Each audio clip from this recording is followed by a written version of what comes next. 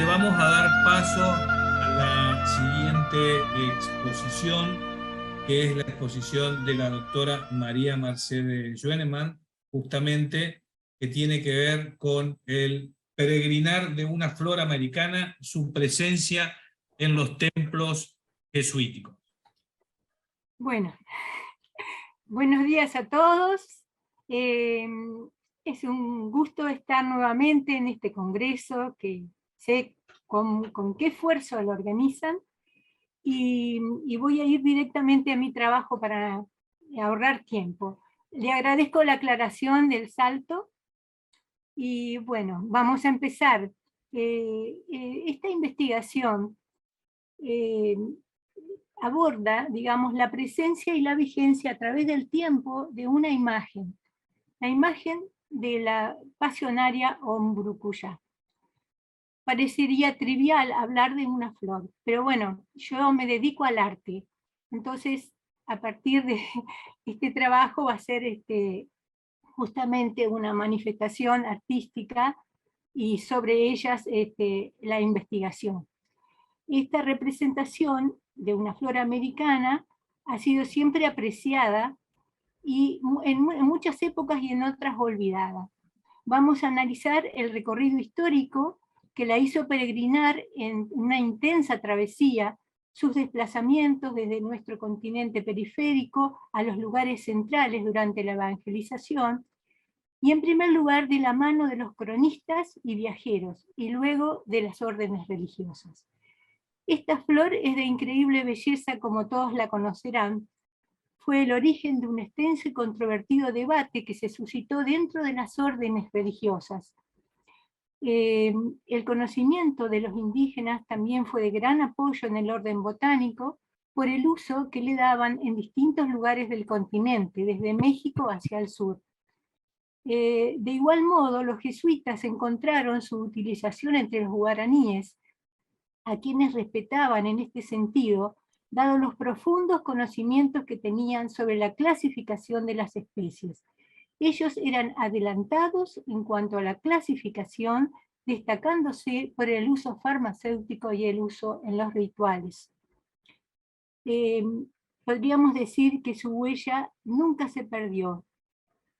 La hemos visto florecer en las obras de muchos artistas contemporáneos también, lo que muestra la vigencia de una matriz cultural a la que pertenece. Sobre este tema de la matriz cultural vamos a hablar al final, después del cuando lleguemos al final del PowerPoint que vamos a pasar, y vamos a considerar otras cuestiones que a mí me interesan muchísimo porque yo trabajo sobre la imagen. O sea, mi trabajo es de interpretación de las imágenes, o sea, un trabajo hermenéutico, con todos los riesgos que eso tiene, ¿no? Porque tenemos que conocer los límites que tiene también la interpretación. Bueno, ante una imagen, como es el caso de la pasionaria, nosotros tenemos que detenernos con cierta prudencia. Jacques Rancière nos habla de que una imagen nos presenta siempre una realidad que no es sencilla. O sea, alude a cierta complejidad dentro de las imágenes. Esto lo aclaro porque ayer, por ejemplo, Septimio también lo dijo de otra forma en su investigación, cuando dijo, podemos estar delante de las cosas y no reconocerlas, algo similar. Bueno, ante una imagen tenemos que saber que este comentario de Rancière, esta afirmación de que no es una realidad sencilla, nos desafía a averiguar sobre la complejidad de una imagen. Para esto tenemos siempre que buscar, explorar el lugar donde está la imagen, el contexto, y ver si se desarrolla algún escenario que sea digno de ser investigado. Didi Huberman, que es un estudioso de la imagen, nos dice que una imagen siempre tiene acción, movimiento y tiempo. Esto es importante considerarlo en relación con la imagen de la pasionaria o Ombrukuya. Cuando las imágenes, dice Huberman, son portadoras de migración, portadoras de conceptos y también de emociones. A través del tiempo perviven portando el deseo de testimoniar, de informar los sentimientos y las intenciones y transmitir sobre todo conocimientos. Migran en el espacio y en el tiempo y llevan consigo la historia del mundo a la que pertenecen, al mundo de su origen. Por lo mismo, implícitamente el tiempo de su historia transitada. ¿Qué pasa? Historia transitada. Bueno, ahora ya vamos a empezar en un ratito, termino esta introducción. Estas imágenes entonces son portadoras de conceptos, de intenciones, de sentimientos, y el carácter indicial de la pasionaria o Murucuya, y su imagen fundamentalmente, y también la actualidad, porque se la representa muchísimo, es una imagen. ¿Por qué sucede esto? Porque es una imagen que tiene una importante carga simbólica y una profundidad temporal que nos ha llevado a la historia y a sus recorridos. Vamos a ver ahora en la primera, vamos a pasar la primera imagen, Carlos. Bueno, no, faltaría una para hablar sobre la imagen, pero bueno, no importa. Aquí empezamos. La imagen, lo que yo quise conseguir con esta investigación fue, como me dedico al arte justamente, encontrar cuáles fueron los primeros rasgos, las primeras representaciones del Burukuyá. Bueno, desde el tiempo del descubrimiento, en 1492 a 1553, se organiza un periodo, se considera un periodo que es solamente de descripciones y de noticias que llegan a España desde América, porque todavía no se ha organizado ningún viaje científico. Sin embargo, Colón y muchas de las órdenes religiosas pedían que se viniera a investigar esta naturaleza que era exuberante y que les llamaba la atención. Pasaron varios años recién para poder tener un registro gráfico de la pasionaria, y fue en el primer viaje científico, que estuvo en 1571 hasta 1577, que estuvo a cargo de Francisco Hernández, que era un botánico y un estudioso, un médico, que fue médico de Felipe II, por eso él mismo lo nombra protomédico de las Indias, y le encarga que registre la farmacopea azteca. Crea un registro de 3.000, un herbario de 3.000 plantas, y publica una gran obra de 16 tomos de infolio con ilustraciones. Esta fue la primera representación gráfica de nuestra pasionaria. La segunda, a la derecha, es la segunda que corresponde al registro de la segunda expedición científica que estuvo a cargo de Celestino Mutis durante el reinado de Carlos III. Esta expedición transcurrió entre 1783 y 1816-17, termina con la muerte de Mutis, que tuvo una extraordinaria actuación dentro de el registro que se hizo de la flora y de la fauna nativa. Salía acompañado de los aborígenes que le iban transmitiendo toda la información, y registraban todos los tipos que encontraban. Vamos a la siguiente. Vamos a la siguiente, Carlos. Ahí está. Bueno, ¿qué pasó con el registro? Me están quedando muchos temas colaterales que son riquísimos, pero me voy a concentrar en lo que vamos viviendo en el PowerPoint. Los cronistas lo que hacían era enviar partes de plantas y algunas semillas. En el continente, en el puerto de Indias, en Sevilla, se esperaban estas embarcaciones con los tesoros de América, porque el descubrimiento de América produjo una revolución extraordinaria. Entonces, dentro de los que esperaban estos elementos que venían de América, por el preñante océano, dijera Pedro Mártir de Anglería, porque era como un gran vientre el océano que iba llevando papeles, informaciones, hasta plantas. Bueno, estaba Nicolás Monardés, que era un farmacólogo, un coleccionista, que para algunos investigadores nunca pisó América, para otros pareciera que alguna vez vino. Él en Sevilla organizó un jardín botánico donde plantó la pasionaria Umburucuyá. Bueno, en ese momento le llamaban maraco, le llamaban granadilla, le decían otros nombres, los nombres, por ejemplo, los nombres que tenían en cada región, porque fue descubierta por primera vez en Perú.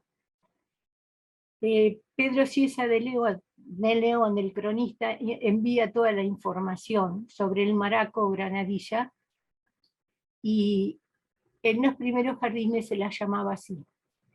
De allí, del jardín de Monardés, aparentemente las semillas pasaron para Italia y a otros lugares, donde se organizaron otros jardines, como el Barberini, como el del Palacio Farnese de Roma, y lo que estamos viendo es una hoja de un herbario, porque así iban organizando con la información y los dibujos de las plantas. Fíjense qué belleza los dibujos de nuestra planta de Urucuyá. Vamos a ir a la siguiente. Vamos a pasar a la siguiente diapositiva. Bueno, esta planta organizó un debate a nivel teológico muy importante, y esto va a explicar en parte por qué aparecen los templos jesuitas representada el Burucuyá. La imagen de la izquierda es un folleto que apareció como de distribución de un dominico, Simone Parlasca, donde ya aparecen, fíjense ustedes, los atributos de la pasión. ¿Por qué?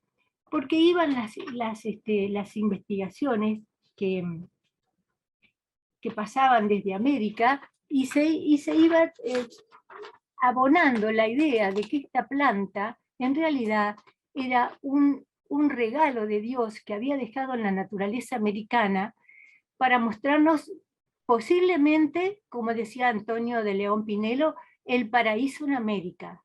Y para otros era demostrar que aún en tierras paganas Dios había dejado una de sus creaciones vegetales como testimonio de su presencia en América.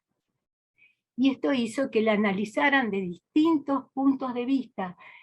Teólogos, botánicos, escritores, poetas le escribían a nuestra planta, generó una gran revolución en España.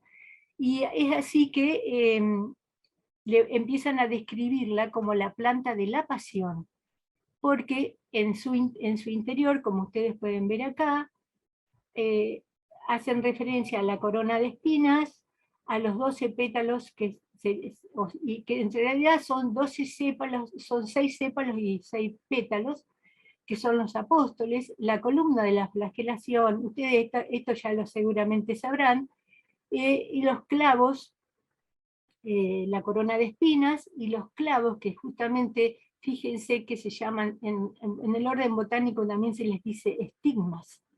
Bueno, entonces se va como subiendo por un vástago que la sostiene. Acá al costado tenemos a la derecha la imagen de Jacobo Bosio.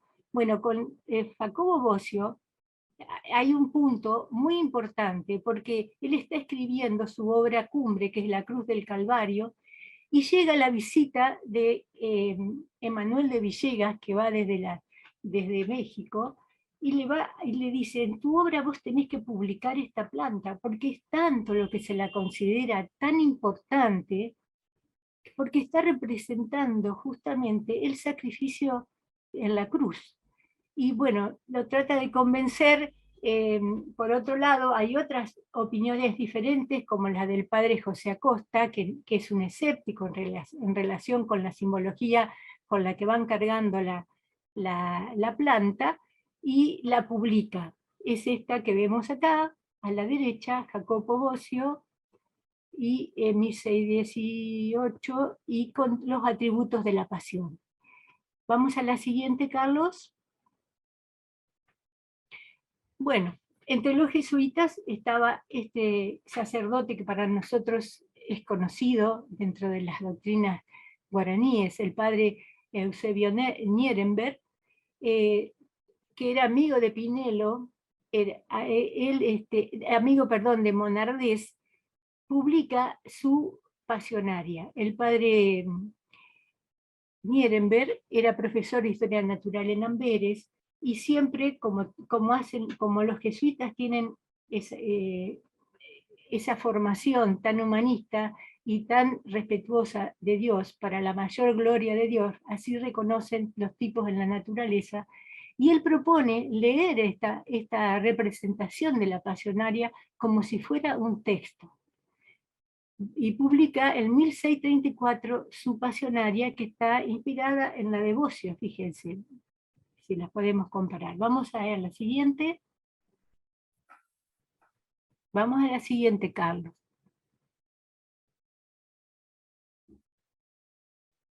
Podemos pasar a la siguiente, ahí está. Bueno, hay una gran cantidad de monjes botánicos que la representan a la pasionaria Umburucuyá.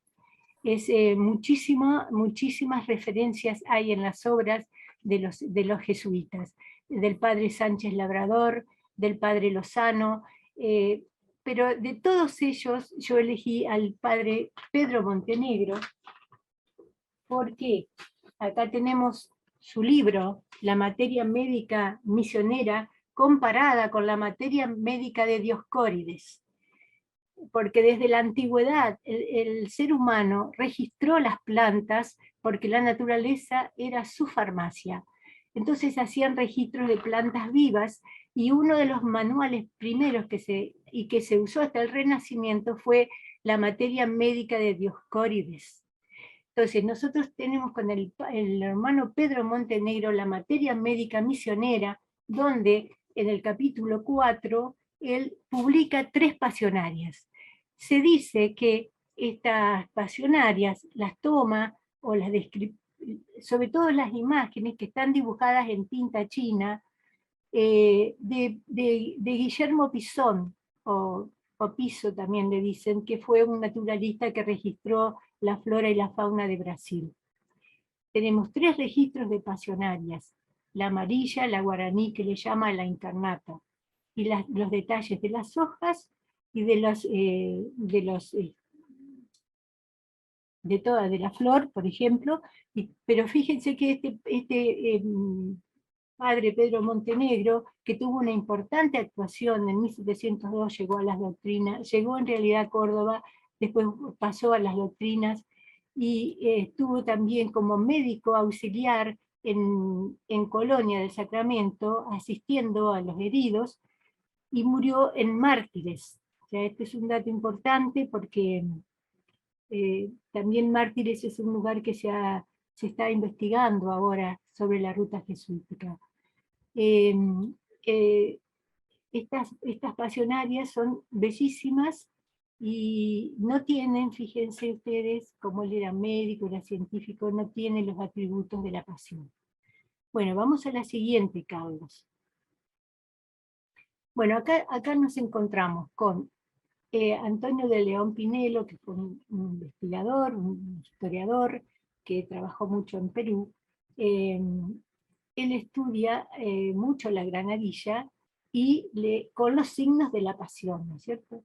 Y establece una relación posible también con el árbol del bien y del mal.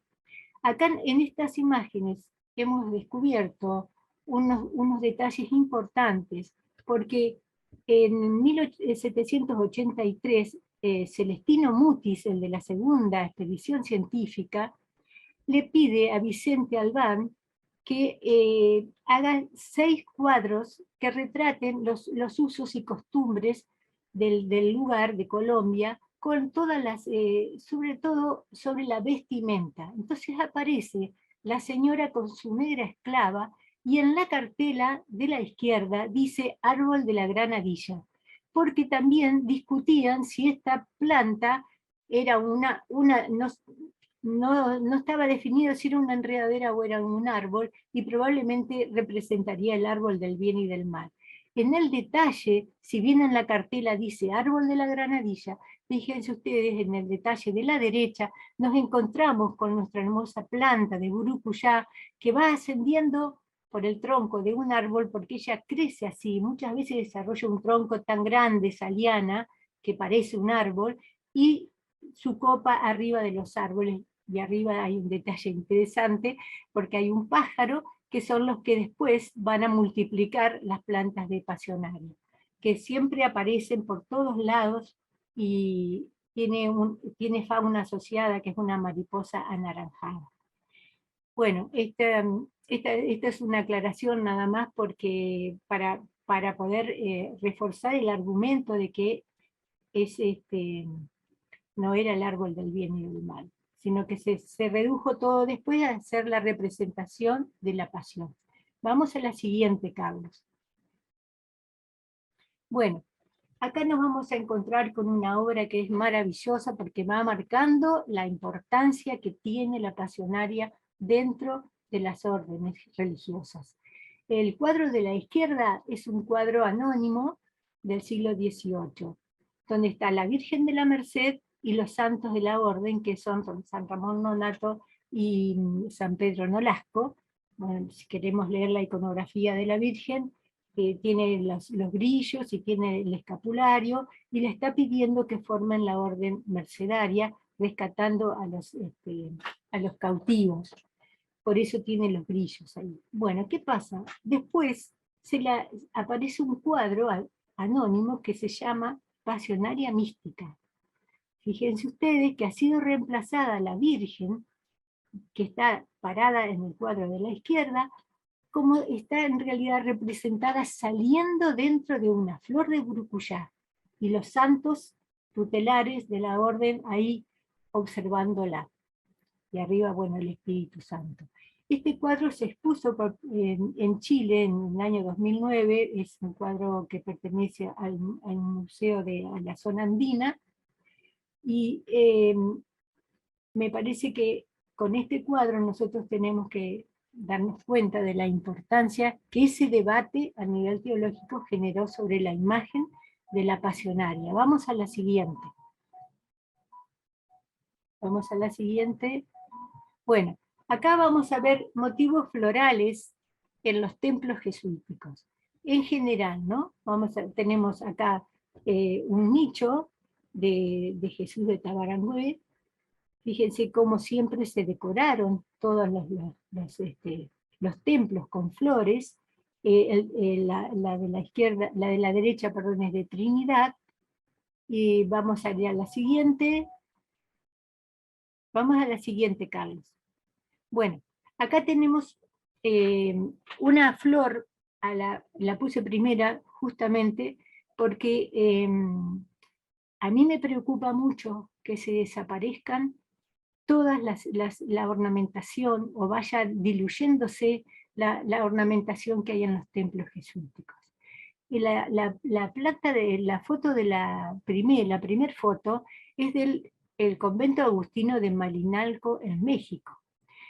En México esta planta era una planta que se consideraba de uso muy prudente. Los nahuas le habían dicho a Fray Bernardino de Sahagún que era una planta que hacía girar el corazón. El corazón, para los nahuas, era el lugar de la conciencia. O sea que al consumir esta planta, su conciencia miraba hacia otro lugar, buscaba una relación con lo trascendente. Esto se registró, hay más de 20 plantas, en el 2008 había más de 20 plantas registradas en el convento agustino de Malinalco, donde eran soportes para la evangelización, se incorporaba la flora nativa. Tenemos al lado otra flor, después un friso en Trinidad, abajo otra planta otra flor, y el templo de Concepción.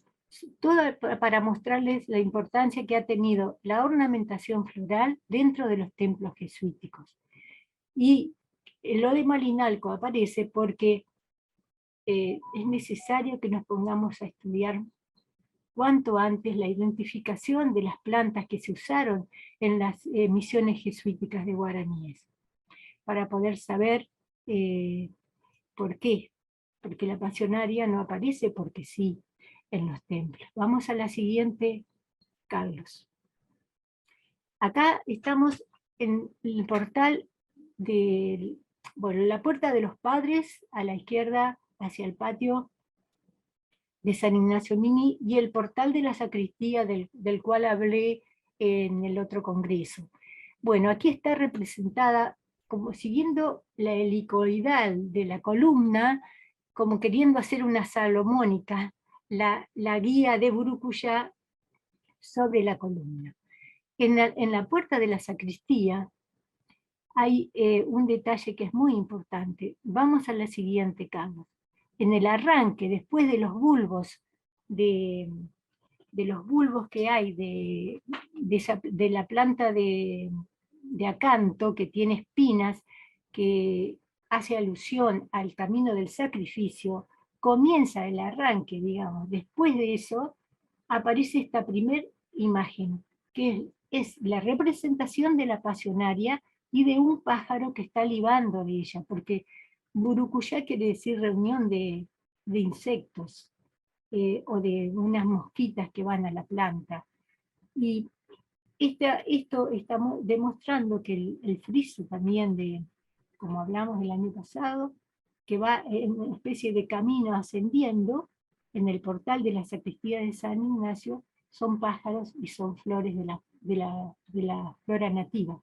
Al costado tenemos el burucuyá a punto de florecer, y después ya ha florecido en la derecha, pero fíjense que los guaraníes representaban la tercera dimensión, representaron esta flor como un volumen. Esto es importante porque sí, Robert, exactamente. Bueno, vamos a ir a la siguiente. Aquí, por ejemplo, vamos a ver un dibujo del padre Sánchez Labrador, probablemente fuente para estos tallados en el asperón. Fíjense cómo está representado así también el burucuyá.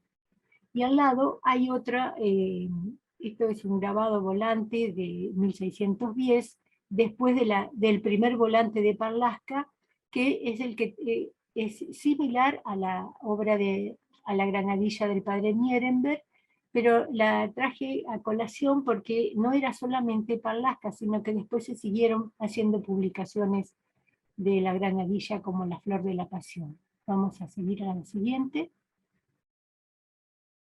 Bueno, ¿por qué venimos a las representaciones contemporáneas?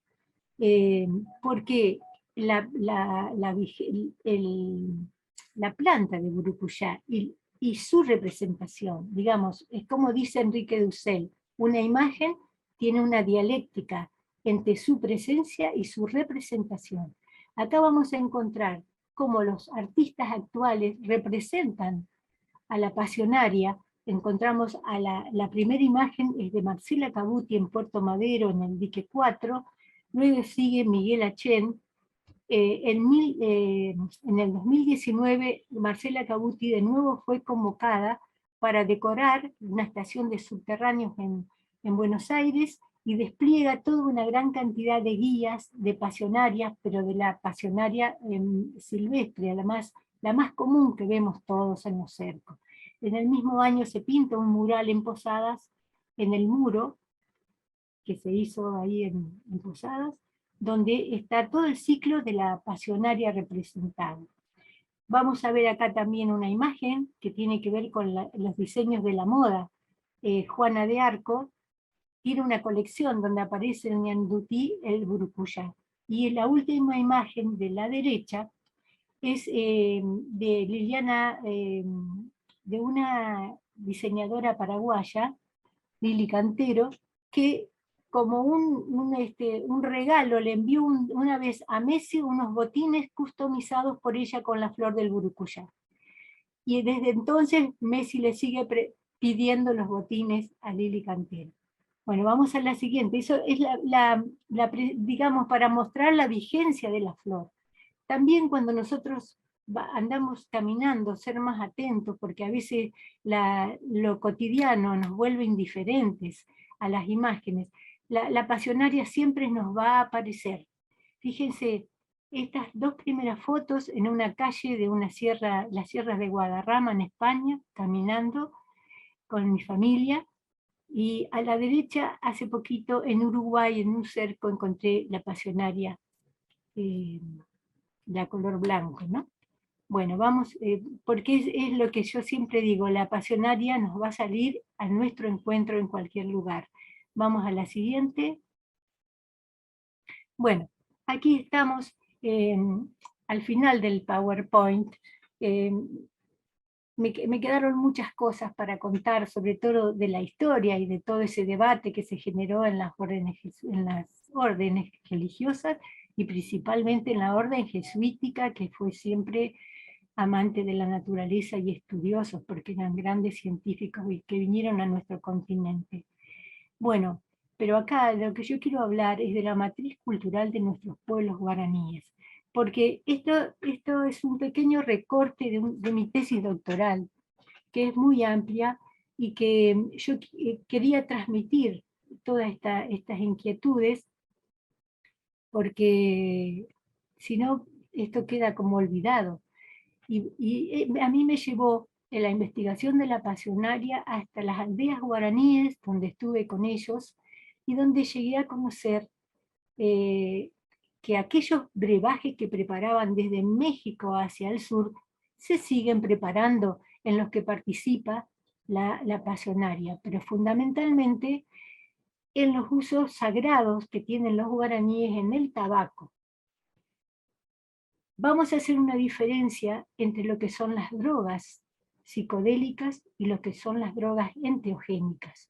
Las drogas psicodélicas o las drogas duras que se toman como recreación o no sé, o para arruinarse la vida, bueno, son muy distintas a estas plantas que han sido consideradas enteogénicas. O sea, se consumen sabiendo que ese enteos es encontrar el Dios que está dentro. Cuando a Bernardino de Sahagún le decían los nahuas que giraba la cabeza de la gente, o sea, ponía su conciencia en el corazón, es esto lo que pasa. Se conectan con los dioses, con los de arriba, como dice Bartomeu Meliá. Y ese es el uso sagrado que se le da a la pasionaria. Lo aclaro porque si no parece como que son todas drogas que se usan en los rituales. No son así. La pasionaria forma parte de una compleja mezcla de hierbas que es para justamente para consumir en momentos de profunda trascendencia, donde los pueblos guaraníes buscan la tierra sin mal y la conexión con sus ancestros. Bueno. Gracias, Mercedes. La verdad que yo sé que da para mucho más. Hay muchas preguntas en la sala, Mercedes, hay muchas preguntas. Sí, como no, con mucho gusto. Nos va a ayudar Gracias. a sintetizar, y no nos olvidemos que nosotros generamos entre los expositores, posteriormente, dentro de un tiempo, como lo hicimos con el Congreso pasado, una mesa de debate, de intercambio, de trabajo, en donde podemos hablar todas estas cosas sin tiempo. Pero lastimosamente, como tenemos sincronicidad con muchas partes y con diferencia horaria, debemos mantener nuestro ritmo. Setimio, habías pedido palabra. Exacto. Bueno, Mercedes, me pareció sumamente interesante tu exposición, porque hiciste un recorrido muy fino, un pespunte de ese gran sastre que es la naturaleza americana. Y tengo una pregunta, que es la siguiente. Si la memoria no me traiciona y no me equivoco, la mayoría de los autores que citaste son autores europeos.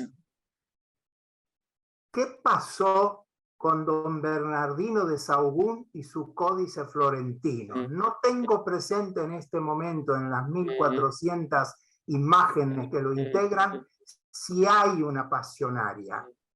Pero, ¿lo tuviste en cuenta? ¿Lo viste cuando armaste esta estructura? ¿A Fray Bernardino de Sahagún?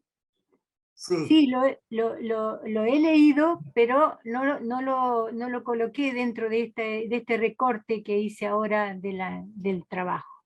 Y cuando tú dices lo he leído, ¿leíste la versión facsimilar de la obra? No. He leído comentarios sobre su obra y no he tenido acceso a la obra original de él.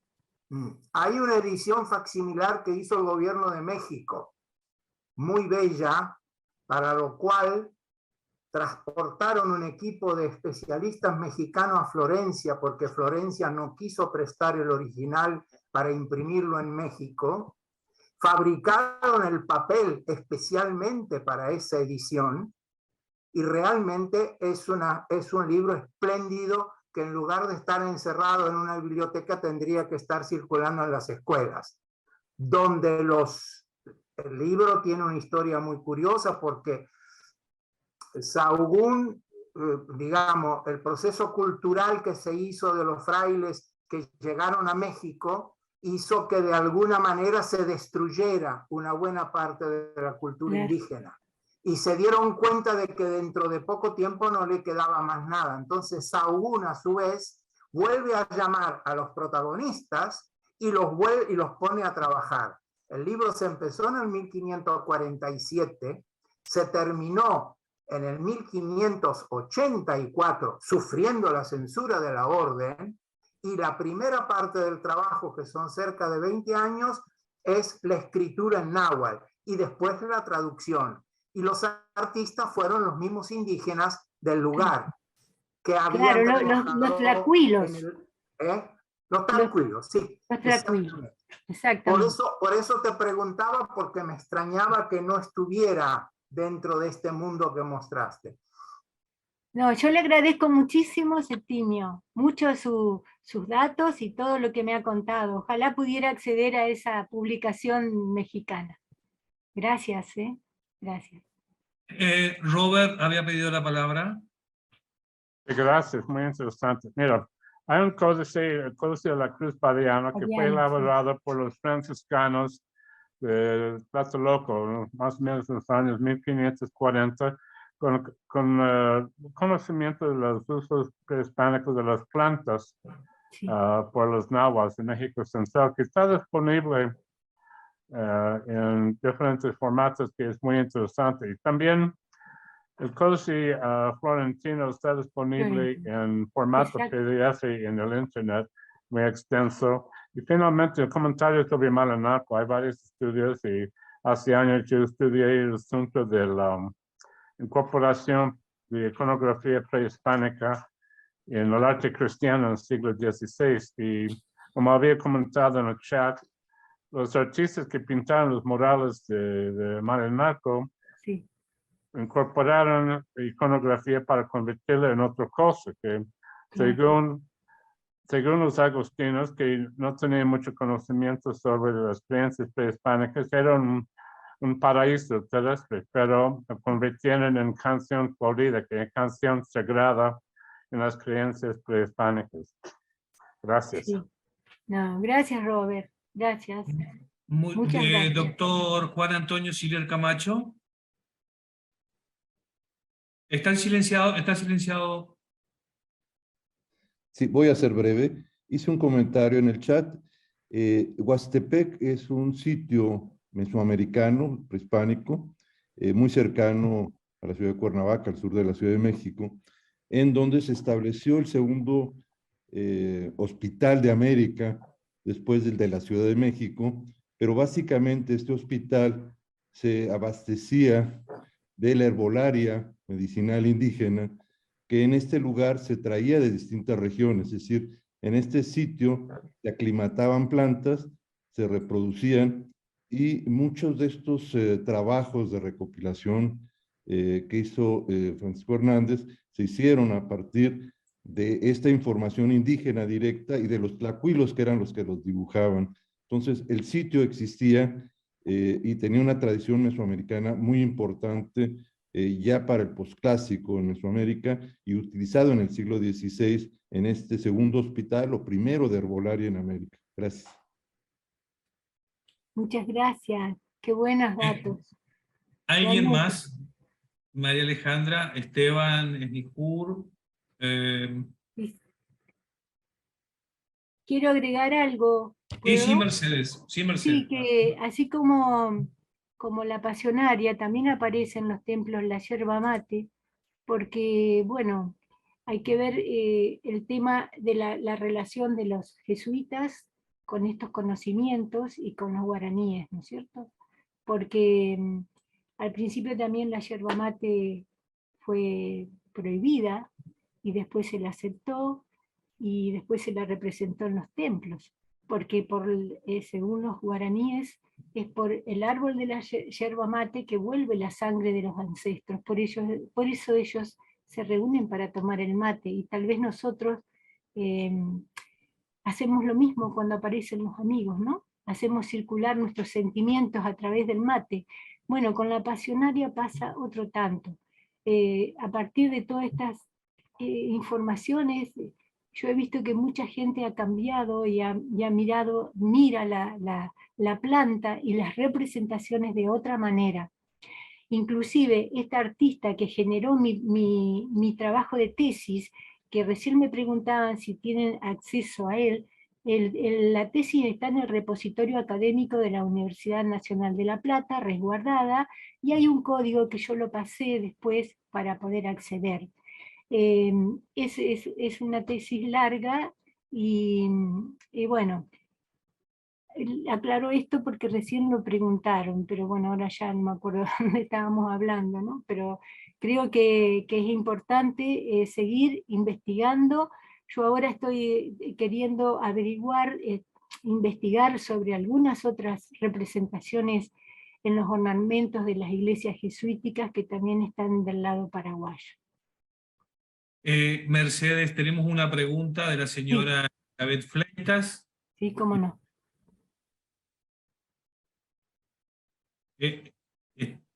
No le escuchamos, no le escuchamos, no le escuchamos. No se escucha. No se escucha, señora. No se escucha.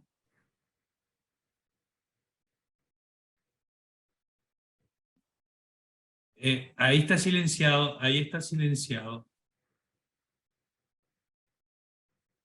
A ver ahora, si nos habla. No se escucha, señora. No se escucha. No se escucha. Gracias. Si no, gracias. Por el chat que nos haga. Por el chat, señora, puede hacerlo.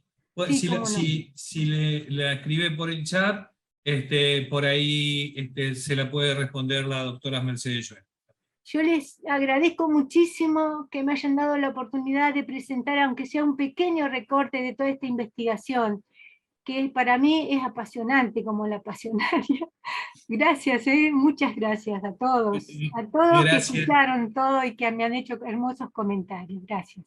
Gracias, doctora Mercedes, gracias por su valioso aporte y por acompañarnos como siempre. Maravillosa. Qué simpática esta Mercedes. Sabemos de las complicaciones tecnológicas por ahí, y sabemos de la complicación de tratar de sintetizar una tesis en una breve conferencia de 45 minutos. Muchísimas gracias, Mercedes.